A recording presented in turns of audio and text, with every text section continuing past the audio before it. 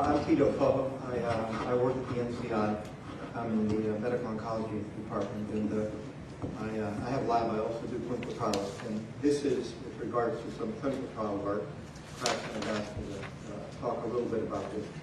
And the 2 points to be made, I think, will be, number one, and it applies to physicists, mathematicians, and statisticians, and kineticists, how little we do with the data that we gather in a clinical trial. And number two, still how primitive we are in terms of how we gather such data. And I've done this work in collaboration with that gentleman up there, Wilfred Stein, which in 1960, when you were in school, he had written the first book on enzyme kinetics that was used for the next 40 years to teach enzyme kinetics. And Wilfred spends 6 months a year with us, and we were talking about this problem one day, and he said, well, that's simple, I can take care of that for you. The problem that we were talking about is what do you do with data that you get, and what could you say about tumor growth? And so the way that we do this is actually remarkably straightforward. So the blue here is what you get when a patient comes on a clinical trial, enrolls in a clinical trial. So they'll come in with a quantity of tumor that we've arbitrarily set at 1 here, and hopefully, this is what one hopes, actually what one hopes is that this will happen, that the tumor will disappear, and it won't come back. Unfortunately, the majority of patients where there is some benefit, what you get is shrinkage, and then the shrinkage is followed by growth. And really all that we do in a clinical trial is spend a lot of time getting all these measurements, and then the only two things that we care about is how low did it go, and then when did it increase and begin to grow again, and those are the only 2 points that we take out of that. But we thought there was a lot more information to be had on this. And really what we thought is that as this is occurring, what is really happening is two things are occurring simultaneously. Number one, tumor is regressing. A fraction of the tumor, that which is sensitive to drug, is regressing. And the second fraction of the tumor, which is resistant to drug, is growing. And at this point, anytime you measure a tumor, you have a contribution from the regressing portion and a contribution from the growing portion. And so this plus this is this plus this is that. And what you find is that then with the data that you have captured, which, shall we say, comes from either CT scan measurements or PSA values in a patient with prostate cancer, which is Dr. Mishore, would have been BCR-ABL transcripts. What you get is data that can be fractionated, if you will, into a regression rate constant and a growth rate constant. And as you might expect, or I didn't necessarily expect this to begin with, but there's no correlation between the regression rate constant and the patient's survival. And in the end, that makes sense because tumor that's regressing is not going to kill you. So it doesn't matter whether it regresses today, tomorrow, or 3 months from now. It's not going to impact what's going to happen a year from now. So the regression rate constant doesn't really matter. But remarkably, that's what we get all most excited about because we treat a patient, they come back in 6 weeks, and there's shrinkage, and that's reflecting that regression, and we get excited about that. But in the end, that doesn't matter. What really matters is what's growing and how fast it's growing. And I always carry on. And I said, you know, I spent a lot of time here figuring out that fast-growing tumors kill you faster. You know, and that's what the government has invested all its money in to figure out. But actually, the reason we were very interested in this is because we were looking for something that would correlate with overall survival. And the reason for that is for the FDA, for drug approval, the gold standard is overall survival. In the end, the FDA wants drugs that prolong overall survival. They're not going to cure you. The more you prolong, the better. And in a wide range of cancers, using a wide range of methods of getting the data, the growth rate constant correlates incredibly well with overall survival. And the regression rate constant correlates not at all. The more important thing is, and by the way, all of this data analysis that we do is using data that was captured while a patient is enrolled in a clinical trial. In fact, the blue here is an extrapolation. We never see that. Once the patient has been treated, the tumor shrinks and starts to grow again, we no longer follow the patient. Okay? So all of this is not data that exists. It's just an extrapolation. Obviously, out here, where all the regression has occurred and only growth is occurring, it's very easy to discern what the growth rate constant is. The challenge comes in doing it within the context of a clinical trial.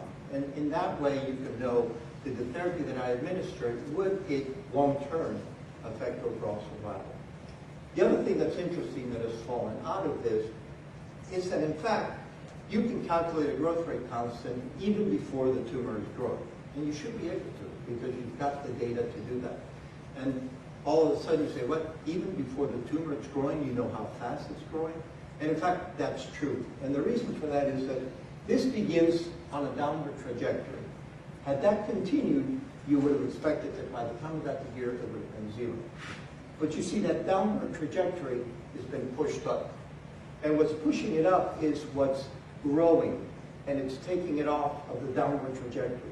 And so consequently, by seeing that this is occurring, you actually have the data that allows you to discern the growth rate constant. So that, for example, in prostate cancer, which I know is of interest to several people in the room, you can calculate what are called PSA doubling times or PSA velocity out here.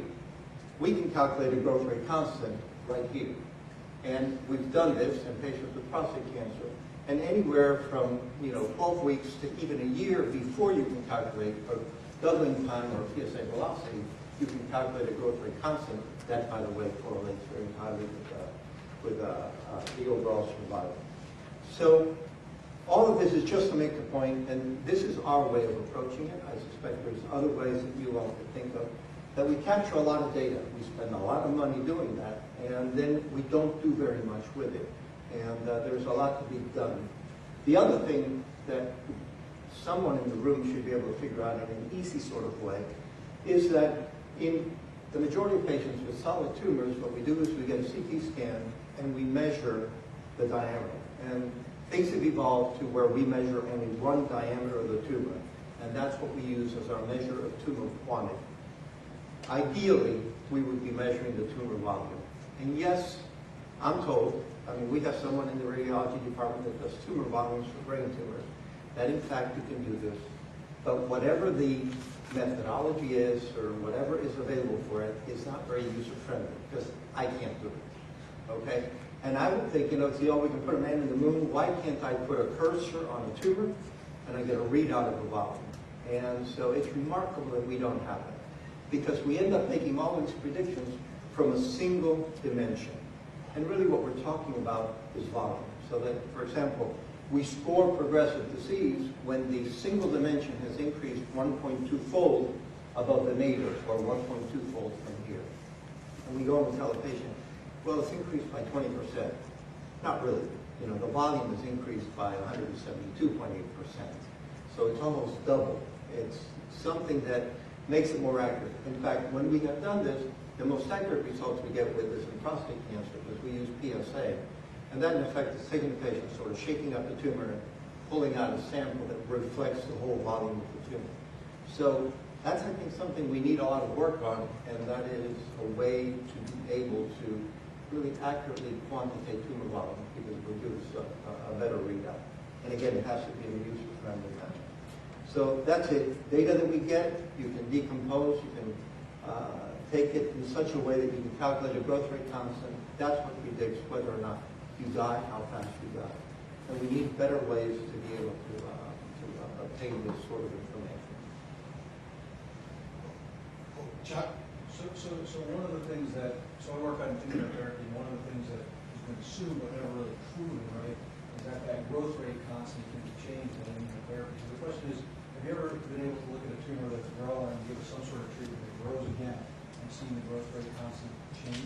Right. So if you look at, in prostate cancer, we end up with a wealth of data because most patients with prostate cancer will bring you a sheet that has all the PSA values. So we have the growth rate when they're coming on study. Then we see it go down. And then when eventually it starts to grow, that growth rate is nearly identical to the one that they came on study. And that's because drug sensitivity and tumor growth properties are two separate domains, or two separate cassettes of genes.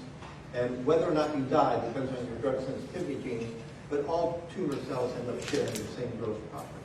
Now, you do say you work on immune therapies. Actually, we did this recently, it was just accepted for publication, with trials going back 12 years in the NCI. And it worked perfectly well, except in one situation, and that was an immunotherapy trial. And actually, as it turns out, those patients lived the longest. And you see no effect on the growth rate constant with the data that we have because it's captured while they were getting the treatment. They got the treatment and it seemed like nothing was working, but then obviously later on, an immune response seems to be occurring that then delays the growth.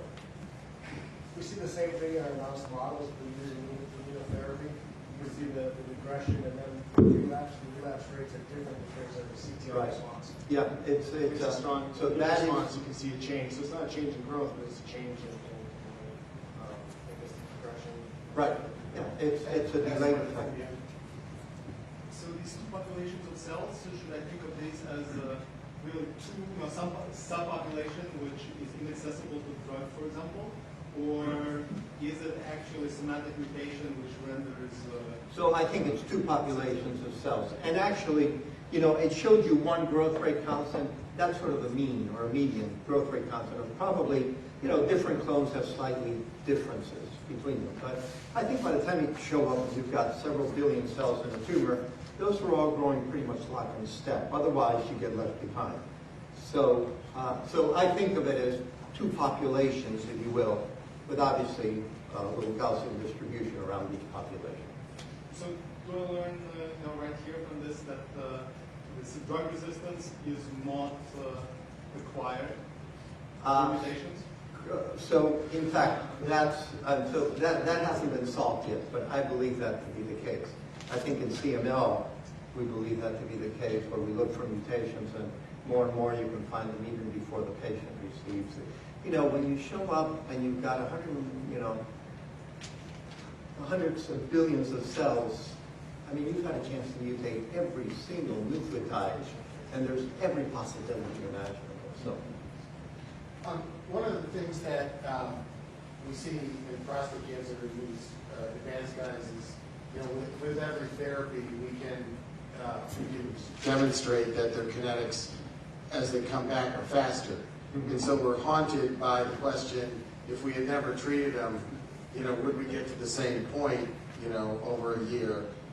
Is there any way you could take your data and that from all these patients that you have and ask the question,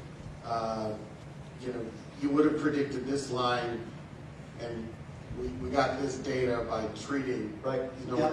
So we've done a ton of that. So you can end up estimating what the tumor quantity would be at death.